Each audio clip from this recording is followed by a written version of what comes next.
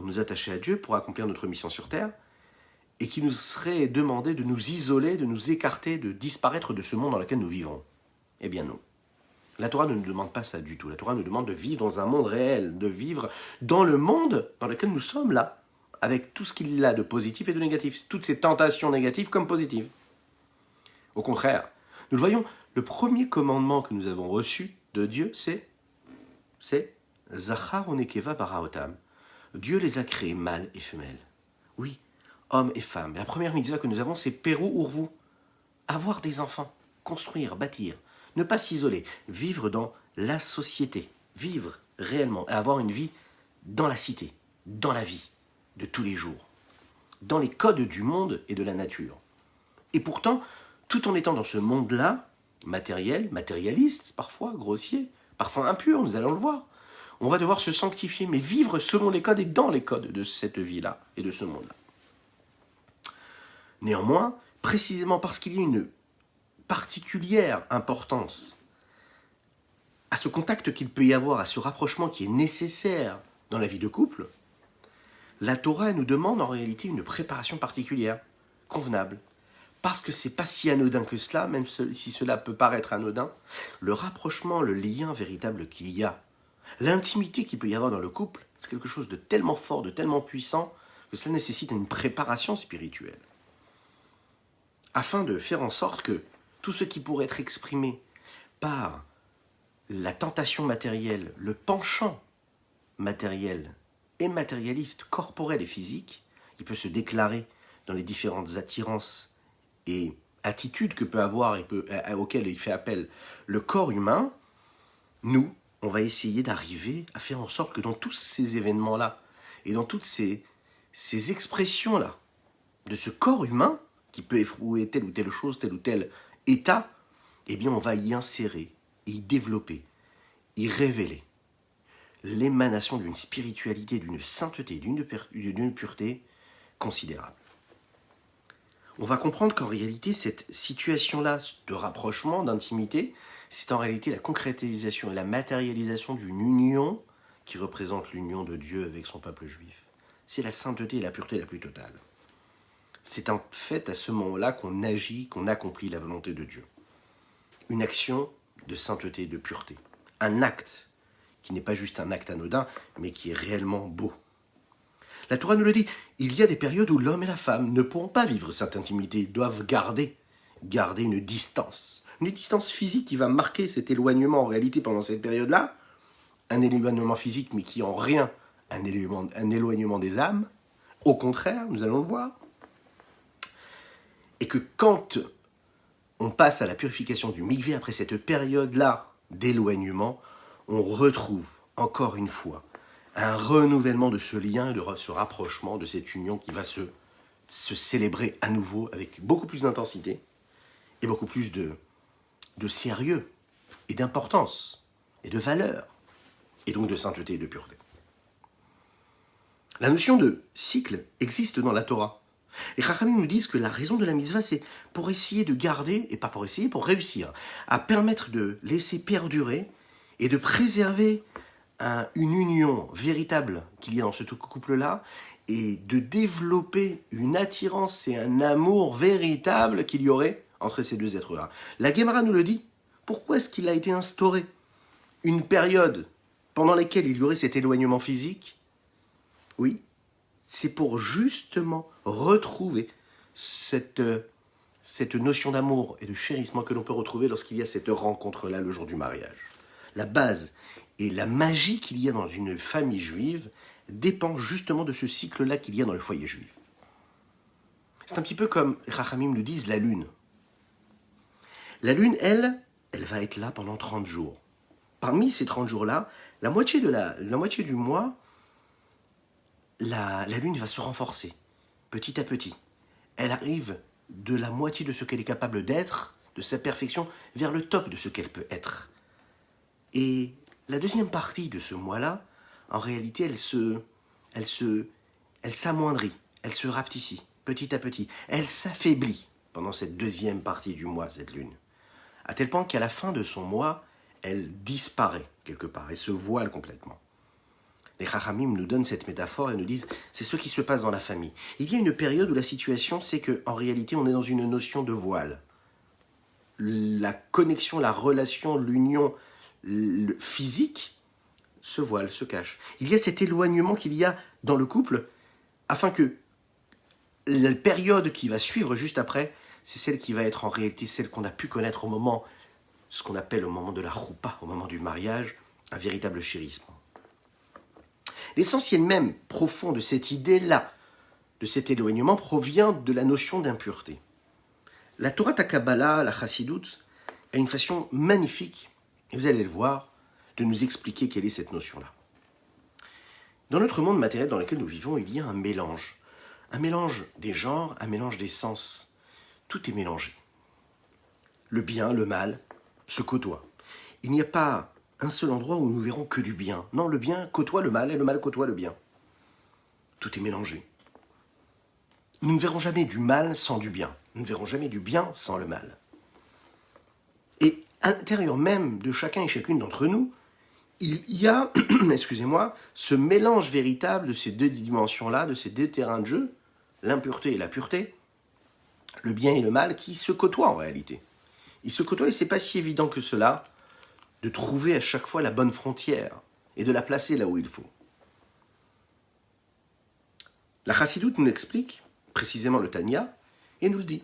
Chaque homme, chaque femme, chaque être a été créé avec ces deux âmes. L'âme divine, l'âme animale. L'âme divine, c'est celle qui est représentée par le Yetzer Tov, le bon penchant, celui qui nous pousse à faire de bonnes actions. Le Yetzer Hara, lui, c'est l'âme animale. Cette âme animale, c'est-à-dire celle qui nous pousse à être attirés par, tout simplement, comme son nom l'indique, nos pulsions animales. Et donc ça, c'est dans le même corps, dans la même personne, dans la même tête, dans le même cerveau, dans le même cœur, dans la même âme, qu'il y a ces deux facettes-là. Et il y a une bataille qui se joue sur ce corps-là. D'un côté, nous avons l'âme divine qui, elle, aspire à être préoccupée uniquement par des sujets spirituels, divins, saints, servir Dieu, étudier la Torah, accomplir les mitzvot, des bonnes actions. Et de l'autre côté, nous avons l'âme animale, c'est le corps matériel qui, eux, aspire à être totalement plongé dans des sujets matériels et grossiers. Manger et boire, profiter de tous les plaisirs que le corps peut nous offrir, ainsi que tous les plaisirs que le monde extérieur nous offre. Ce combat-là, constant, c'est un combat qui est féroce. Et à chaque instant, à chaque moment de notre existence, on est là en réalité partagé d'un côté et de l'autre. D'un côté par la pureté et la sainteté, de l'autre côté par l'impureté. D'un côté par le bon, de l'autre côté par le mal. Chacun tire la couverture de son côté. Mais, on va le voir, le Yetzer Tov, lui, la seule chose qui l'intéresse, c'est de faire en sorte que tout soit attiré vers la sainteté. Vers la sainteté, la pureté, vers l'attachement avec Dieu. Au même moment, le corps attire cette âme-là, attire l'être et l'homme vers l'inverse, c'est-à-dire vers ce qu'il a de naturel, c'est-à-dire de grossier et d'impur. Le Tanya nous dit, et il décrit cette bataille-là qu'il y a comme une guerre véritable qu'il y aurait sur un territoire. Et ce territoire à maîtriser, à pouvoir gagner, ce territoire, c'est ce que l'on appelle le corps de l'homme, ce petit monde-là. Il y a le grand monde, et dans ce grand monde dans lequel nous vivons, il y a des petits mondes. Chacun et chacune d'entre nous, nous faisons partie de ce petit monde. Nous avons et nous sommes un petit monde. Chaque foyer, c'est un petit monde. Ce petit monde-là, il va éprouver, il va ressentir, et il va vivre tout ce que peut vivre le grand monde, le grand cercle. Et quand nous, chacun et chacune d'entre nous, nous faisons en sorte que notre petit monde à nous, notre petit cercle, il est comme il faut, et qu'on travaille en conséquence et qu'on fait ce qu'on a à faire, eh bien on permet en fait au grand monde, lui aussi, de vivre comme il faut. L'chaim. Alors je vous invite, n'hésitez pas à partager, à liker, à commenter.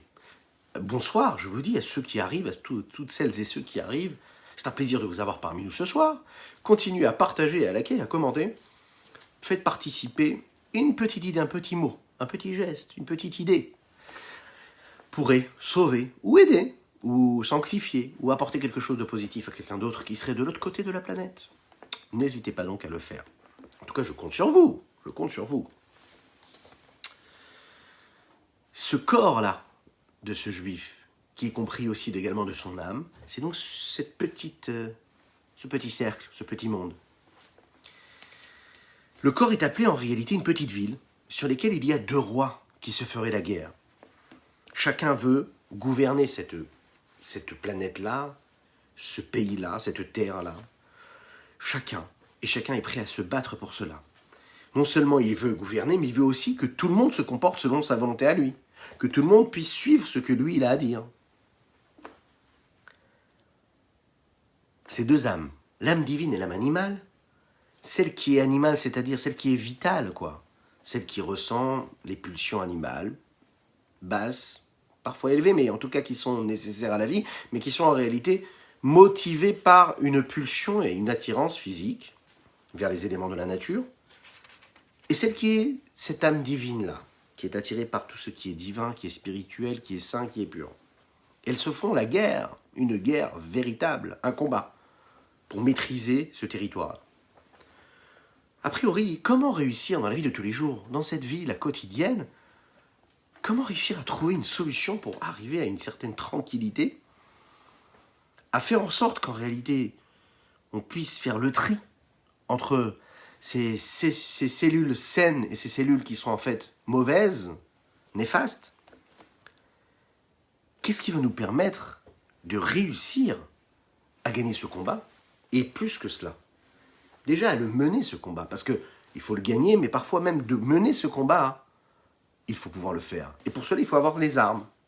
Des armes qui nous permettent parfois de se dire « Ok, parfait, j'ai un corps, ok, parfait, j'ai une âme divine, j'ai une âme animale, déjà j'apprends à les connaître, je vois quand est-ce qu'elles s'expriment, et en fonction de ce qu'elles font, je vais savoir aussi apprendre à moi aussi aiguiser mes armes pour pouvoir réagir en fonction de ce qu'elles font ou pas. » Étant donné que l'homme est constitué d'un corps matériel qui, lui, a des besoins matériels, donc il est obligé nécessairement d'être préoccupé par ces éléments et cette vie-là matérielle. Donc il n'a pas vraiment le choix en réalité. Pourquoi? Déjà, pour se nourrir. Donc il est au contact du monde et de ce que le monde lui offre de matériel, pour se nourrir, pour faire en sorte que son foyer physiquement puisse être constitué comme il se doit et en bonne santé, donc il doit travailler dur. Mais d'un autre côté, il a une âme qui est en lui, qui aspire à se détacher de cette matérialité, de s'élever encore et encore et encore spirituellement au niveau le plus élevé, pour pouvoir s'attacher véritablement avec son Créateur, c'est ce qu'elle veut. Et comment? En s'occupant de Torah, en faisant des mitzvot. Nous allons le voir, on peut étudier la Torah et être en connexion avec le matériel, nous allons le voir. Nous pouvons, et c'est la réponse qu'on va lui donner à cette âme-là, qui aspire à cet attachement à Dieu, sache que quand tu vas être dans ce monde-là et que tu vas accomplir une mitzvah, une bonne action, que tu vas sanctifier ou purifier, alors à ce moment-là, ton corps, là où il aurait pu être juste là pour profiter, pour profiter physiquement de ce qu'il éprouve matériellement, tu vas pouvoir utiliser ce profit-là, ce plaisir, ce désir, cette passion, cette fougue que le corps ressent en le sanctifiant, en le purifiant. C'est tout à fait faisable. Il faut juste le savoir que c'est faisable. Savoir qu'il n'y a pas 2 territoires complètement séparés l'un de l'autre. Et c'est ce qu'on va voir ici. La Chassidoute, elle nous apprend, ne compartimente pas. Ne te dis pas que quand ton corps il éprouve quelque chose de particulier, quand il a un plaisir particulier lorsqu'il fait tel ou tel acte, lorsqu'il a dans sa vie de couple un moment de plaisir, de désir ou de passion, de te dire « Ah, mais ça, c'est un moment qui est particulier, qui est matériel, qui est physique, et que quand j'irai faire la prière, la tefila, ou étudier la Torah, ce sera un moment qui serait spirituel, et donc je compartimente les deux. » La Torah va te dire ici, et la Chassidoute nous apprend que non, pas du tout, pas du tout, pas du tout. Une grande erreur. Ce corps-là physique, tout ce qu'il peut éprouver, en mangeant, en buvant, tous ses besoins physiques, corporels, il peut les vivre avec une intense sainteté et pureté, et plus que cela. Il lui donne en fait en réalité la plus grande et la plus belle des dimensions. Il réalise sa mission sur Terre lorsqu'il véhicule cette sainteté à travers, et en laissant transcender quelque part, tous ces actes nécessaires qui lui permettent d'avoir une bonne santé, une vie normale, épanouie corporellement, physiquement, en les sanctifiant et les purifiant. D'un côté, si on dit, allons, on lui dit, tu sais quoi, ne t'occupe pas de tout ce qui se passe matériellement, ce qui se passe sur Terre, le monde qui t'entoure est matériel, n'y touche pas. Reste chez toi à la maison, étudie la Torah, accomplis les mitzvot, et coupe-toi du monde. Oui, on pourrait le faire. La Torah nous le dit, non. Toute Torah qui n'est pas accompagnée, toute étude qui n'est pas accompagnée d'un travail, d'un effort, d'une vie réelle, d'un effort physique qui te permet d'avoir une parnassa, de gagner ta vie, de nourrir ton foyer, ça n'est pas une belle vie de Torah. Une vie de Torah, c'est une vie où on se fatigue également pour pouvoir nourrir son foyer. D'un autre côté, on se dit, bon alors dans ce cas-là, ça veut dire quoi? Ça veut dire qu'il faut sortir dehors, aller prendre la rue, et tout simplement aller travailler, sortir dans le monde, vivre dans le monde, sous les codes et avec les codes du monde, se fatiguer, et puis gagner sa vie, et puis être complètement attiré par ce qu'il y a dans ce monde-là matériel et physique. Parfois, sombrer dans cette matérialité, dans les plaisirs, dans tout ce que le monde extérieur peut m'offrir, et parfois oublier, cette fois-ci, la sainteté, la notion de spiritualité, la notion de pureté qu'il peut y avoir dans mon existence. À tel point que parfois, on peut tomber, aller tellement loin quand on est dans ce monde matériel, parce qu'on se dit « Ah mais je suis obligé d'aller travailler, je dois nourrir ma femme et mes enfants. Je suis obligé d'aller travailler, je suis obligé d'être dans un environnement qui est, entre guillemets, hostile à cette sainteté. Mais je suis obligé d'aller travailler. Donc j'ai des excuses. Mais parfois, on peut s'oublier. Et là, quand on s'oublie, eh bien, parfois, on peut arriver à l'inverse même de la volonté d'Hachem, puisqu'on va s'égarer complètement. Alors, comment réussir à trouver une bonne mesure entre ces deux éléments-là? Quel est le conseil, quelle est la solution qui vont nous permettre de ne pas mélanger, de ne pas embrouiller tous nos sens, et de faire en sorte qu'on puisse vivre avec des valeurs spirituelles et de sainteté, tout en étant dans cette matérialité, ne pas être coupé de cette matérialité-là. De ne pas être coupé du monde, être dans le monde, être dans la vie, mais en même temps avoir des valeurs spirituelles qui vont transcender notre existence matérielle. Véritablement, il faut savoir que ce qui se passe, c'est que même dans les plaisirs et les désirs matériels qu'un homme il peut avoir, attention, on parle bien sûr d'un désir, d'une passion qu'on pourrait avoir pour quelque chose de permis, parce que quand c'est interdit, c'est tout de suite néfaste, tout de suite à balayer. Mais même quand ce n'est pas une faute qui est véritablement décrite dans la Torah, on voit ici, la Chassidoute nous le dit, il y a dans un plaisir, même permis, mais qui n'est pas sanctifié, c'est-à-dire qui n'est pas motivé par une vraie raison.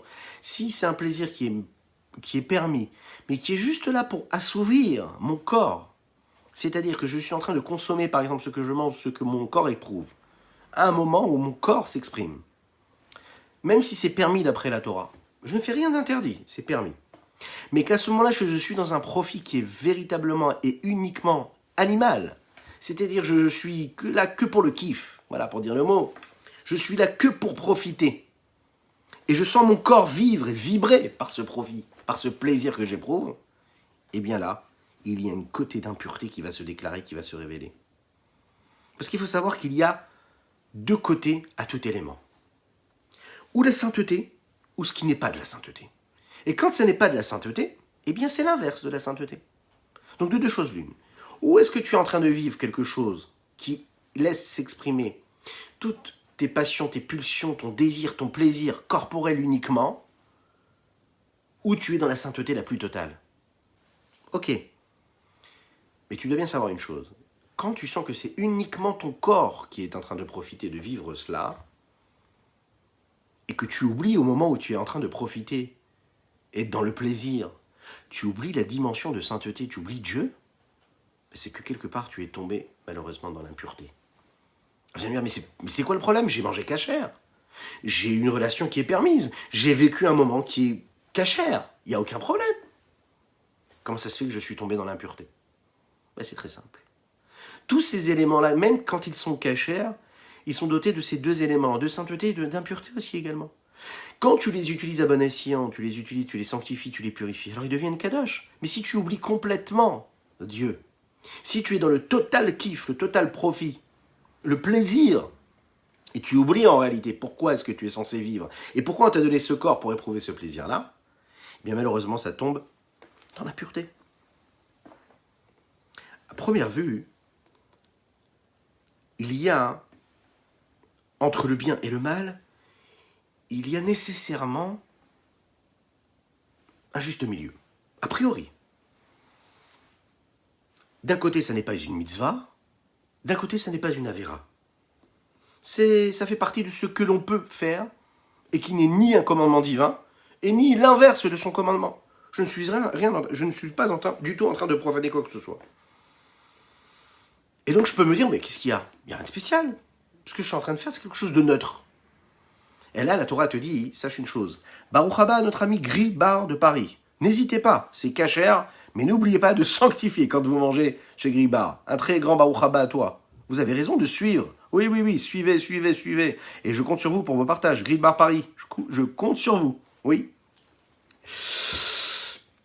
Nous disions donc, c'est très important ça, de comprendre qu'il n'y a pas de neutralité dans la vie d'un homme.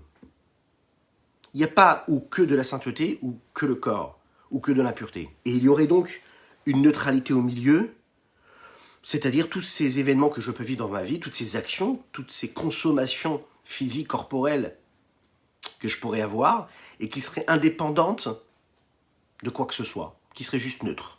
La Torah te dit non, non, non, il n'y a rien de neutre. On s'explique tout de suite. D'un côté, nous avons ce qui est apte et qui concerne Dieu. Et de l'autre côté, nous avons tout ce qu'il y a à l'inverse de la volonté de Dieu. Alors je vais me dire qu'en réalité, il y a quelque chose de neutre. Et la réponse, elle est que non. En fait, c'est assez binaire. C'est ou ça suit la volonté de Dieu, ou ça ne suit pas la volonté de Dieu. Ah oui, mais c'est cachère, je le répète. Ça peut être cachère. Mais si c'est pas motivé, si c'est pas dirigé, si c'est pas fait, accompli, en direction de la volonté de Dieu, c'est-à-dire en me souvenant, en pensant, en ayant une pensée, une direction de pensée divine, de sainteté, de pureté, eh bien je fais descendre cet acte-là de profit, oui, au plus bas.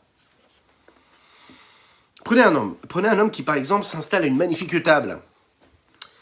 Il va tout simplement pour ouvrir une belle table et manger un repas qui lui plaît énormément. Bon, je sais, ça va faire un petit peu mal. Oui, mais c'est important de savoir, même si on n'a pas tous le niveau de faire attention à tout cela, mais c'est important de savoir. Une personne qui va s'asseoir, et qui va choisir le meilleur des restos, celui qui lui plaît. Dès l'instant où il choisit celui qui lui plaît le plus possible, et qu'il est dans un profit total, uniquement corporel et physique, juste le kiff, et qu'il oublie qu'il est là pour le faire, pour manger, se nourrir, les shem shamaim, c'est-à-dire pour prendre des forces et avoir de l'énergie pour servir Dieu, bien que cette nourriture est cachère, cette nourriture-là est transformée en quelque chose de mal, de négatif, d'impur. Parce que cette consommation-là, elle était là juste pour son corps. Celui qui mange juste pour assouvir sa passion, sa pulsion, celui qui vit un acte avec son corps, mais qui est uniquement pulsionnel, qui est uniquement du kiff et du plaisir pour ce que le plaisir peut lui apporter, il se sépare de Dieu à ce moment-là. Son profit fait qu'il est en train de descendre ce qu'on appelle dans les 3 niveaux d'impureté, les 3 écorces de l'impureté. Alors vous allez me dire, mais pourquoi est-ce qu'on est aussi extrémiste? Ben, la raison, elle est donnée dans les textes. Il n'y a pas de territoire qui soit intermédiaire. Réellement. Avoir un territoire intermédiaire, c'est-à-dire un territoire qui serait public, qui serait ouvert à tous. On pourrait choisir ce qu'on y vit ou qu'on n'y fait pas. Bien sûr, un territoire comme ça intermédiaire, ce serait un niveau qui nous permettrait de ne pas refuser la sainteté, mais en réalité, on est d'accord qu'à ce moment-là, on repousse la Gdusha dans ses retranchements. On ne veut pas y penser quelque part. On sait qu'on mange kasher, on sait que l'acte qu'on est en train de vivre avec notre corps, c'est un acte qui est permis, il n'y a pas de problème, on est dans les règles, parce que sinon c'est même pas une question, on n'en parle même pas. Mais le côté sain, on le met de côté. On se dit, c'est pas grave, ça ce sera au moment où je ferai la tuila. Il faut savoir une chose. Si on croit vraiment à l'existence même de la sainteté, de la présence divine sur cette terre-là, et qu'on est conscient que notre rôle sur cette terre, c'est d'accomplir des actes qui nous permettent de nous connecter et de nous rattacher, de sanctifier, de purifier tous les événements de notre existence, pour les élever à la sainteté de Dieu, on ne peut pas vivre dans ce territoire-là qui est intermédiaire. On ne peut pas vivre et vivre nos émotions, vivre tout ce qu'on a à vivre, consommer avec notre corps, et vivre avec notre corps en oubliant, en mettant de côté la sainteté. Ça ne peut pas exister. Le monde de la sainteté, c'est le monde de l'unicité. C'est le monde dans lequel on est conscient qu'il n'y a rien d'autre que Dieu. que tout a été créé pour sa volonté, par sa volonté, que tout est là pour accomplir un but et une fonction particulière. Donc il n'y a rien de neutre. On est là pour transformer du réel en sanctifier, véritable réel. C'est-à-dire on est là pour sanctifier quelque chose et l'élever. Donc rien n'est en dehors de Dieu. À chaque fois que tu es au contact avec quelque chose que tu peux éprouver, avec un sentiment, une émotion, peu importe. Les plaisirs matériels qui ne sont utilisés que pour les plaisirs du corps et non pas pour la volonté d'Hachem, pour accomplir ce que Dieu nous demande, malheureusement, ils tombent dans ce qu'on appelle le mal total, l'impureté. Vous allez voir, c'est très simple. Pourquoi ? Parce que quand je fais l'inverse, quand j'utilise ce qu'Akadosh Baruch Hu m'a donné pour le sanctifier, quand mon corps consomme, peu importe ce qu'il consomme, imaginez, je vous laisse, imaginez tous les plaisirs que le corps offre à l'homme, et qu'il est totalement pris par cette vitalité, cet emballement, cette chaleur, cette fougue, cette passion que son corps lui permet de vivre, très rapidement il plonge et il se noie dans les plaisirs que le monde peut lui apporter.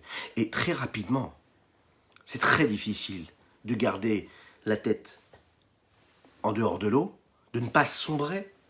Et très facilement, il va oublier ce qu'est son âme et ce que son âme est censée lui apporter. Il va très rapidement être détaché. Vous le savez, vous avez déjà fait l'expérience, j'en suis sûr. Quand on est détaché le plus possible comme ça, quand on plonge dans le profit personnel, on a du mal à se reconnecter avec la sainteté, avec Dieu. Puisque c'est deux mondes qui sont totalement contraires. Quand l'homme réussit à comprendre que, même lorsque c'est son corps qui s'exprime, lorsque c'est son corps qui s'exprime, Baruch haba, l'arbre de vie, c'est un plaisir de vous avoir parmi nous. Lorsque c'est le corps qui s'exprime et qui se sanctifie, qui se purifie, et que quand il est dans les éléments matériels que son corps lui demande et exige, il les vit avec un recul, même si parfois c'est compliqué d'avoir ce recul-là, mais avant, pendant et après, il est toujours dans cette dimension-là d'analyse de ce qu'il est en train de vivre. Il ne sombre pas, il ne se laisse pas complètement imprégner par ce qu'il est en train de vivre. Il sait qu'il doit tout de suite prendre de la valeur, de la hauteur. Il doit élever ce qu'il est en train de vivre, ce qu'il est en train de consommer. Alors cet acte-là corporel, physique, il prend une dimension phénoménale. Il devient saint, il devient pur. Là, son corps, il n'est pas contre son âme. C'est son corps qui sert son âme et son âme qui sert son corps. Et là, on est dans l'union parfaite. Cette union-là qu'un foyer est censé ressentir et qui peut se vivre à travers cette union-là qu'il peut y avoir dans ce petit monde qui est chacun, en réalité, chacun et chacune d'entre nous, et bien plus dans un couple, dans un foyer, c'est ce petit monde qu'on est en train de créer. Et quand on le crée, ce monde-là, dans cette perfection, Borim Babaim, bienvenue à tous ceux qui nous rejoignent, c'est un plaisir de vous avoir. N'hésitez pas à liker, à commenter et à partager, je compte sur vous. On like et on partage. Razak, razak. Quand on réussit en fait cette connexion-là, donc on fait en sorte que ce foyer-là, le foyer juif, la famille juive, puisse vivre en réalité dans une dimension avec une véritable valeur de spiritualité, de sainteté. Et de ne pas subir, et ne pas juste vivre de manière temporelle et de manière très précise et très limitée, un plaisir qui s'en va juste après. Non, de construire, de bâtir, d'être là, de vivre quelque chose et pour après construire comme un tremplin. Chaque moment où le corps va ressentir quelque chose, il va éprouver une passion, une pulsion, lorsqu'il va vivre quelque chose avec son corps, eh bien il va exprimer et il va le vivre comme un tremplin qui va lui permettre d'évoluer, de grandir dans l'accomplissement qui est sa vie, c'est-à-dire la transcendance du spirituel dans le matériel, le rattachement, le rapprochement qu'il y a avec Dieu, la sainteté, la purification de son être, de sa vie. C'est la raison pour laquelle quand l'homme est plongé dans les choses du monde, dans les éléments du monde, et qu'il ne se laisse pas complètement embarquer, c'est-à-dire qu'il va travailler, mais il garde quand même un certain recul, il regarde un petit peu ce qui est en train de se passer, il sait pourquoi il est là, il sait pourquoi il travaille difficilement, il va comprendre que quand il s'investit dans son travail, dans ses efforts, il va investir la paume de ses mains et non pas son cerveau. Vous allez me dire, oui, mais parfois... Bochim Abaïm, Daniel, Edouard, tous ceux qui nous rejoignent, je ne vois pas les prénoms de chacun, mais en tout cas c'est un plaisir de vous avoir. N'hésitez pas à commenter, à liker et à partager, je compte sur vous. Oui, pourquoi est-ce qu'il y a quelque chose de particulier lorsque l'homme il prend ce recul-là? La Torah nous dit comme ça, c'est écrit dans les psaumes de Tehillim. Yegia kapecha kitov lach. Vous imaginez un petit peu ce que ça veut dire? Yegi akapecha ki tochel ashrecha vetovlach. Lechaim, lechaim, lechaim, lechaim. Que des bonnes nouvelles pour chacun et chacune d'entre vous. Que Dieu vous bénisse. On va tout de suite aborder la dernière ligne droite de ce cours-là. Pour ceux qui nous ont rejoints et qui aimeraient revoir, eh bien vous aurez la possibilité de revoir le replay sur la page et les premiers épisodes également. Donc n'hésitez pas. Et avant de... Donc cette dernière ligne droite là qui nous expliquera pourquoi est-ce qu'il faut mettre seulement les mains et non pas la tête dans ce monde-là, j'aimerais vous rappeler quelque chose. Déjà vous souhaitez plein de bonheur, plein de joie, qu'Hachem vous bénisse et vous protège à l'infini. Souhaitez bien sûr à toutes ces personnes, puisqu'on est là pour le foyer juif, et que je sais, on me l'a dit, qu'il y a des personnes ici qui ne sont pas encore mariées. Alors vous apprenez là, vous allez bien vous préparer Bezrat Hashem au mariage, avec des enseignements de le maître. Alors, n'hésitez pas à commenter, à liker, mais surtout qu'Hachem il vous envoie votre zivoug. Dites Amen, dites-le, dites Amen, Amen ve Amen. Et puis, partagez-le, commentez, et puis vous savez ce qu'il faut faire. Il faut souhaiter aussi des bonnes actions et il faut souhaiter aussi un bon mazal à tous ceux qui n'ont pas leur mazal encore. Chazak pour vos commentaires également. Merci à vous d'être présents. Que Dieu vous bénisse. Yegia kapecha kitochel. Ashrecha vetovlach. David Amelech nous dit comme ça dans les psaumes, quand tu utilises la paume de tes mains pour le travail, tu travailles dur avec la paume de tes mains, ça peut être sur un clavier d'ordinateur, ça peut être... Peu importe ce que tu fais dans ton existence, mais en tout cas, tu travailles avec la paume de ta main, eh bien, Ashrecha vetovlach, tu seras heureux et il sera bon pour toi. Les Chachamim nous disent, Ashrecha ba'olam hazeh vetovlach ba'olam haba. Tu seras heureux dans ce monde-là, ici-bas. Vetovlach, et la bonté, tu l'auras également dans le monde futur. Donc en tout cas, on est d'accord que le top du top, c'est quoi? C'est de s'investir ici-bas sur Terre, pour pouvoir construire et générer une réussite sociale, une réussite financière, matérielle, physique, qui nous permettra d'avoir un bonheur dans ce monde-là et dans le monde futur. Et pour avoir ce bonheur-là dans le monde futur, mais également dans ce monde-là, parce que nous vivons dans ce monde et c'est ce qui nous intéresse, même si nos actes ont une incidence sur le monde futur, puisque le juif s'inscrit dans l'éternité. Il faut comprendre pourquoi est-ce qu'il faut mettre uniquement la paume des mains et pas la tête. Et qu'est-ce que ça veut dire de ne pas mettre la tête dans tout ce que le corps éprouve? Quand il va au travail, mais quand il vit aussi quelque chose corporellement, physiquement, à travers toutes ces passions, ces pulsions, ces désirs, ces plaisirs du monde et de la vie. A priori, le monde a besoin de la tête. On a besoin de l'intelligence humaine. On a besoin de la tête pour tout simplement faire des recherches, aller trouver un vaccin, Bezrat Hashem, qui pourra guérir tout le monde. On se soucie de l'éternité, on se soucie de l'humanité, on se soucie du bonheur de chacun, de la vie de chacun, et on a besoin pour cela de l'intellect. Le cerveau est nécessaire. Donc il ne suffit pas de travailler avec la main, il faut travailler aussi avec la tête. Et pourtant, les Chachamim, David Amelech nous dit, Yegia kapecha, il faut que tu mettes seulement tes mains, pas ta tête. Qu'est-ce que cela veut dire? On sait parfois aussi qu'il y a des gens qui travaillent uniquement avec leur tête. Tout dépend, leur travail, leur gagne-pain se fait uniquement avec la tête, avec le cerveau. Les hommes de science, les intellectuels.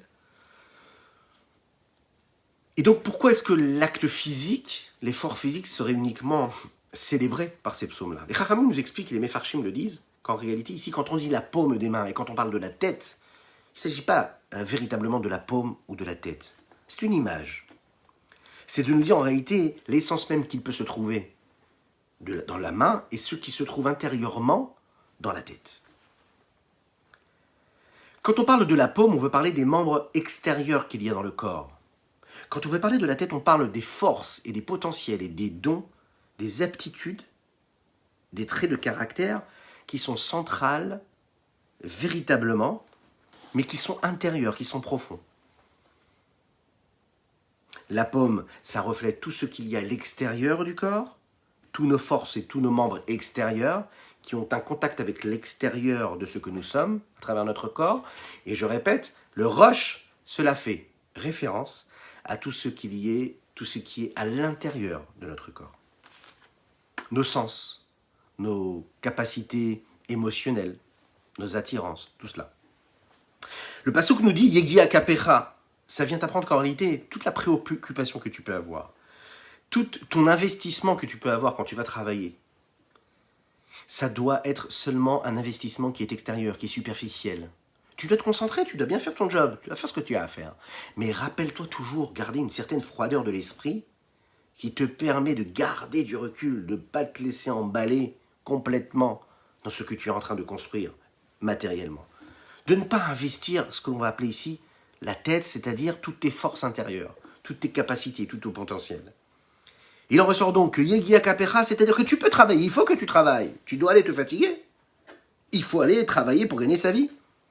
Et même utiliser ton intellect, ta sagesse, tes capacités intellectuelles. Mais néanmoins, cette fatigue-là, ça doit être une fatigue qui est uniquement enveloppée de l'extériorité qu'un homme il peut avoir. L'enveloppe du corps, je l'investis. L'enveloppe du cerveau aussi, je l'investis. L'enveloppe de mon intellect, de ma finesse de l'esprit, je l'investis aussi. Mais intérieurement, c'est interdit pour moi d'être complètement plongé, complètement, et d'être noyé quelque part par cette parnassa. Si dès l'instant où je me suis levé le matin, je me suis levé déjà avec la solution que j'avais au problème pour le travail, c'est déjà il y a un petit souci. Bon, c'est déjà bien si c'est une solution. Malheureusement, parfois, je me lève avec le souci de la parnassa. Là, c'est un plus grave problème. C'est-à-dire que je n'ai pas été dormir comme il fallait. Je n'ai pas fait le vide comme il fallait. C'est interdit pour un homme ou une femme, un homme, avec un grand H, de se dire que son existence dépend du fait qu'il soit totalement noyé par la parnassa. Ah ben je sais ce que vous me dites, et parfois c'est très très compliqué, c'est très dur. La réponse elle est toute simple, c'est que la Emouna elle est que même quand c'est dur, et précisément quand c'est compliqué la parnassa, c'est justement là qu'il faut garder cette froideur d'esprit de ne pas plonger et de ne pas se laisser complètement envoûter et de ne pas se laisser noyer par cette parnassa. Parce que c'est Dieu qui nourrit chacun et chacune. Ce Dieu-là qui nourrit le petit oiseau qui se lève le matin, qui fait couic couic couic, qui chante. Ce Dieu-là qui fait en sorte que cet arbre-là reçoit l'énergie qu'il a besoin de recevoir. Ce Dieu-là qui nous envoie la pluie quand on en a besoin. Ce Dieu-là qui nourrit toute l'humanité tout entière. Il pourra nourrir chacun et chacune d'entre nous. Donc ce souci-là, le fait que l'on soit complètement submergé par le souci de la parnassa. Et bien sûr, en parlant de ce souci de la parnassa, il s'agit aussi en réalité de quoi ? Eh bien, de l'investissement et le fait d'être totalement plongé, d'être investi et d'être imprégné par ce que mon corps peut ressentir, par ses désirs, par ses pulsions, par ses passions, par ses nécessités, par les ordres que le corps envoie à l'homme et qui lui impose, et qui lui fait miroiter qu'il n'aurait aucune possibilité de s'en éloigner.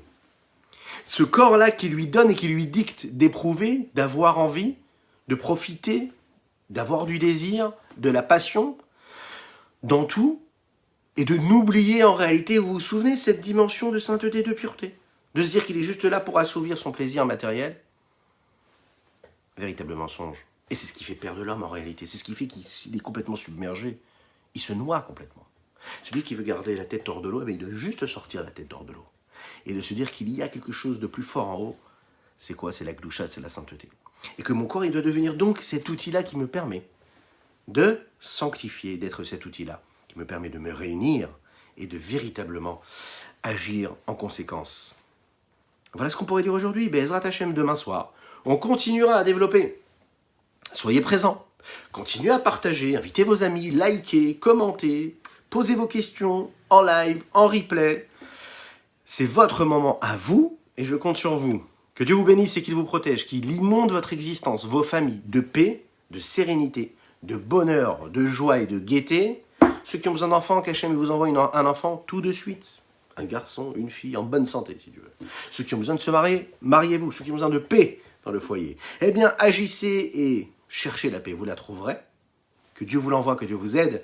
Et puis, je vous souhaite plein de brachot, que des bénédictions. Que Dieu vous bénisse et qu'on puisse étudier la prochaine fois à Yerushalayim. Vous savez quoi ? Sur l'esplanade du Beth Amikdash, avec le Mashiach Tzidkenu. Tadadalayai, tadadalayai, tadadalayai, ma, ma, ma, ma, tadadalayai, tadadalayai, tadadalayai, ai, ai, ai, ai.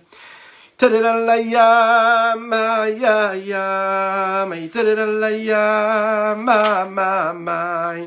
ta-da-da-la-ya, ma, ta-da-dai, ta-da-dai, ta-da-dam-ba-dam-bam-bam, ay, ta-da-da-la-ya, ay, ay, ay, ay, ay, ta-da-da-la-ya, ma, ay, ay, ay. Ta-da-da-la-ya, ma, ya, ya, ta-da-dai, ta-da-dai, ta-da-da-la-ya, ya, ya, ay, ta-da-da-la-ya, ba-da-dai, ta-da-da-la-ya, ba-da-dam, ta-da-da-la-ya, ma,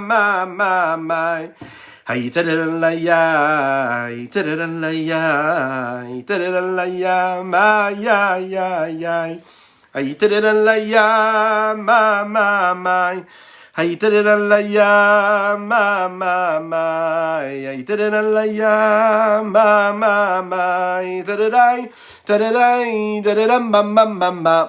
Kol Touv, une très bonne soirée à chacun et chacune d'entre vous.